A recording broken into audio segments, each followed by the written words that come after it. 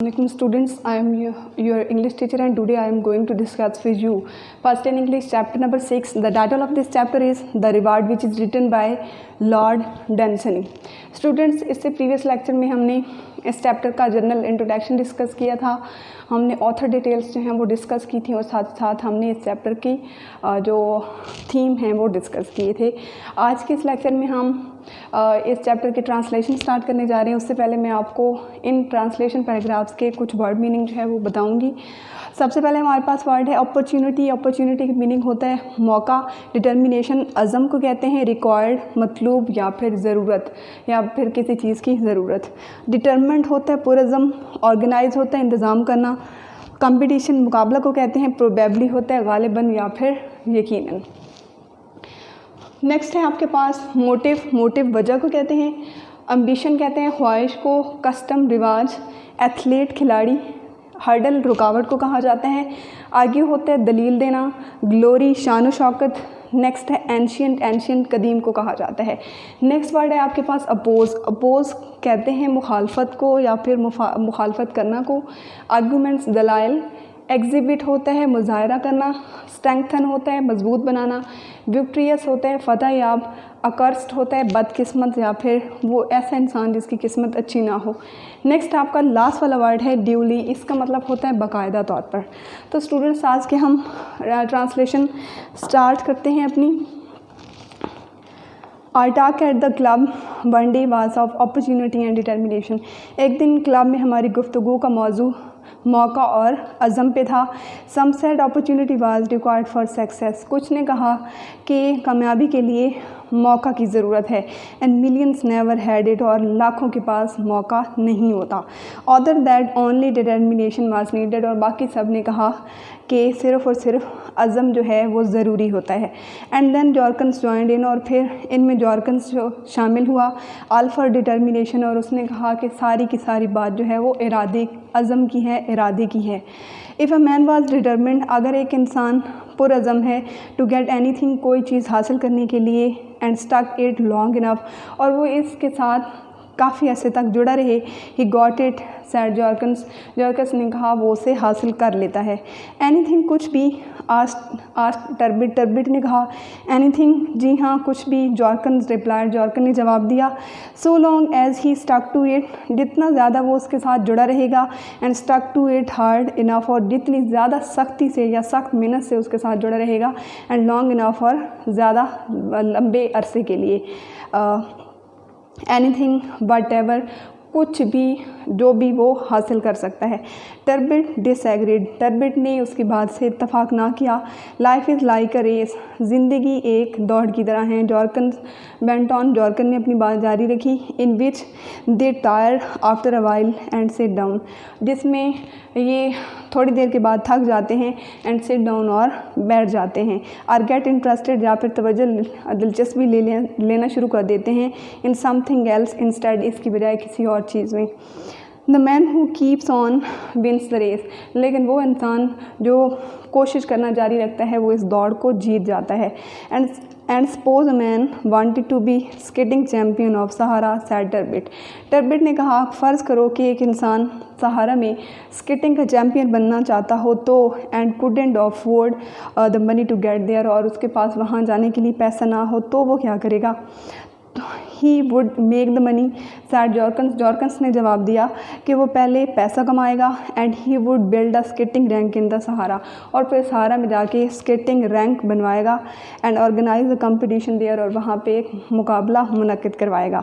He would be skating champion all right, और फिर वो एक स्केटिंग चैम्पियन बन सकता है सही मानों में। If he really gives all his time to it, अगर वो हकीकी तौर पे अपना सारा वक्त इसको दे तो। Could you tell us a case like that, क्या आप इस तरह का कोई मामला हमें बता सकते हैं। आस्क्ड वन ऑफ अस, हम में से एक ने कहा। As a matter of fact I can said Jorkens. Jorkens ने कहा जहाँ तक हकीकत का ताल्लुक़ है, हाँ मैं एक मिसाल दे सकता हूँ। अ वेरी सिमिलर केस, हाँ इसी तरह का मिलता जुलता वाक़या। Let's hear it said Turbit. Turbit ने कहा चलो सुनते हैं। There was a young fellow said Jorkens. Jorkens ने कहा कि एक नौजवान था। To whom his parents probably used to say, यकीनन या फिर गालिबन उसके वालिदैन उससे कहा करते थे द वेरी थिंग्स, वही चीज़ें that we have been saying now, जो हम अभी कह रहे हैं। And very likely he as many young fellows do, और उसने वही किया जैसे कि बहुत सारे नौजवान करते हैं। May have wanted to prove them wrong, वो अपने वालिदैन को हो सकता है गलत साबित करना चाहता था। आई डोंट नो, मैं नहीं जानता। It was a long time ago, ये बहुत पहले की बात है या बहुत अरसा पहले की बात है। But whatever his motive was, लेकिन जो भी उसका मकसद था, he hit on the most extraordinary ambition, वो एक बहुत ही गैर मामूली ख्वाहिश के साथ जुड़ गया एंड स्टक टू इट, और इसके साथ जुड़ा रहा।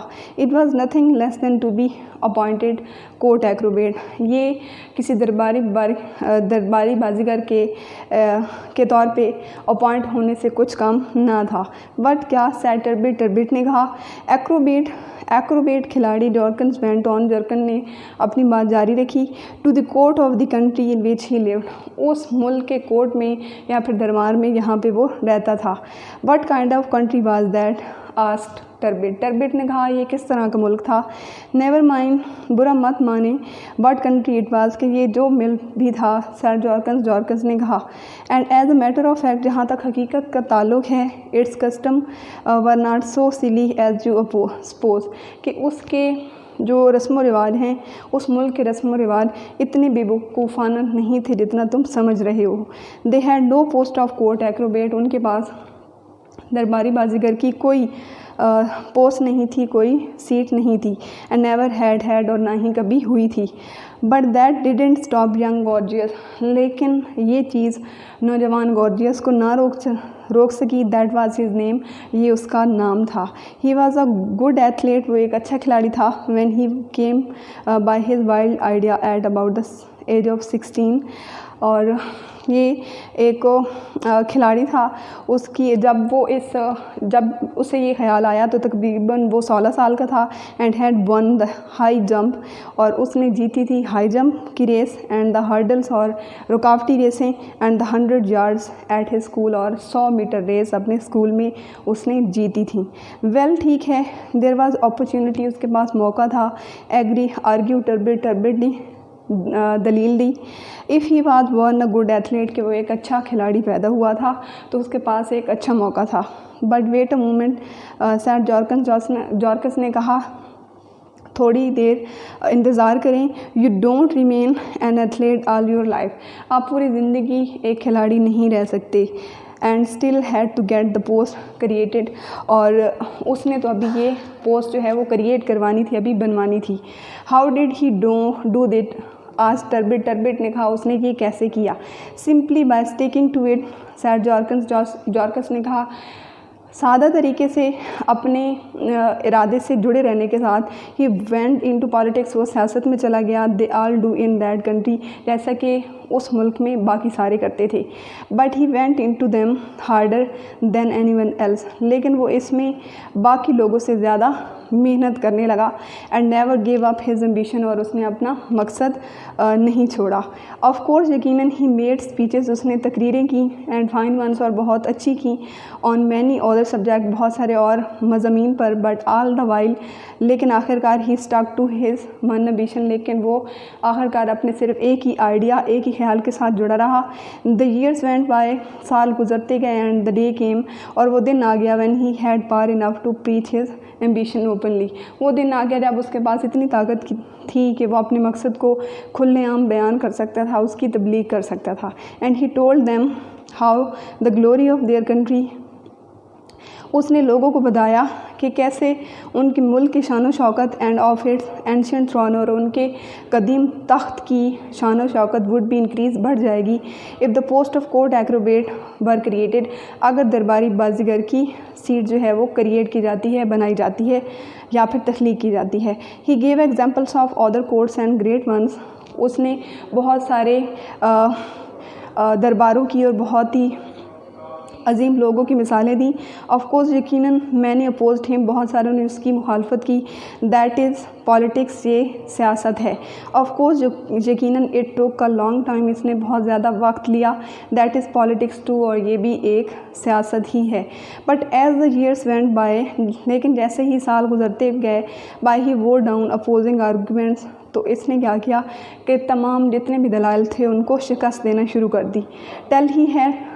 टिल यहाँ तक कि ही हैड टॉट पीपल, उसने लोगों को बताया व्हाट अ लेसन, क्या सबक, it would be to all the nations, तमाम कौमों के लिए होगा, to have a young athlete, एक नौजवान खिलाड़ी रखना, एट कोर्ट एग्जिबिटिंग, दरबार में नुमाइश करते हुए परफेक्ट फिज़िकल फिटनेस, मुकम्मल जिस्मानी सेहत को, and how such an example would strengthen their soldiers, और कैसे ये चीज़ जो है उनके फ़ौजियों को ताकतवर बनाएगी, and enable them finally to win the just rights of the nation in victorious battle against their outcast neighbours, और उनके मलून या फिर बदकिस्मत जो दुश्मन हैं उनके ख़िलाफ़ जंग लड़ने में वो कामयाब होंगे एक तो, और दूसरे अपनी कौम के लिए सही फ़तह हासिल करेंगे और उनके लिए मिसाल बनेंगे।